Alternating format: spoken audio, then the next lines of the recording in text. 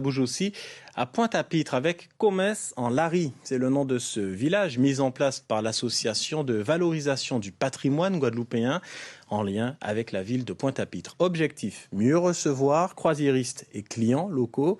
C'était le deuxième week-end du genre sur les 3 prévus. Rémi Senneville et Clément Pravaz. Ces 2 paquebots en escale en Guadeloupe ont déversé une grande partie des 7000 passagers à leur bord pour une visite de la ville. Une aubaine pour les commerçants qui ont occupé une partie de la rue Achille René Boisneuf, afin de proposer à ces touristes de découvrir les produits du terroir et un savoir-faire guadeloupéen.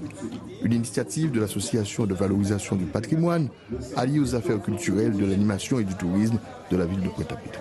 Nous voulons vraiment proposer aux visiteurs, qu'ils soient donc des locaux ou le public croisiériste, ou de tourisme de séjour, une expérience guadeloupéenne. Donc de vivre vraiment avec nos savoir-faire, de découvrir nos producteurs, nos agrotransformateurs, nos artisans, nos artistes sur un village qui se tient donc les samedis et dimanches, une fois par mois.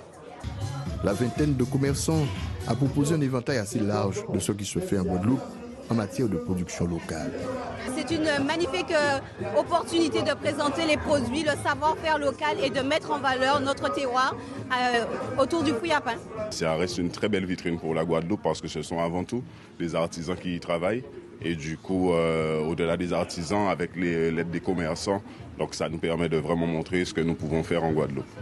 Et ces touristes, venus du grand froid de l'Amérique du Nord, ont savouré ce climat agréable de nos contrées en se délectant de merveilleux sorbets au coco. Je viens du Québec, au Canada. Le matin, on est à Guadeloupe. Demain, on va être à Saint-Martin. On se promène. Et comment vous trouvez la Guadeloupe? C'est très bien. C'est chaleureux. C'est une belle animation. Les gens sont très sympathiques. Ce que je trouve vraiment plaisant, c'est la langue française. Ça m'a attiré de venir dans ce pays-là. Normalement, on voyage, c'est toujours en anglais.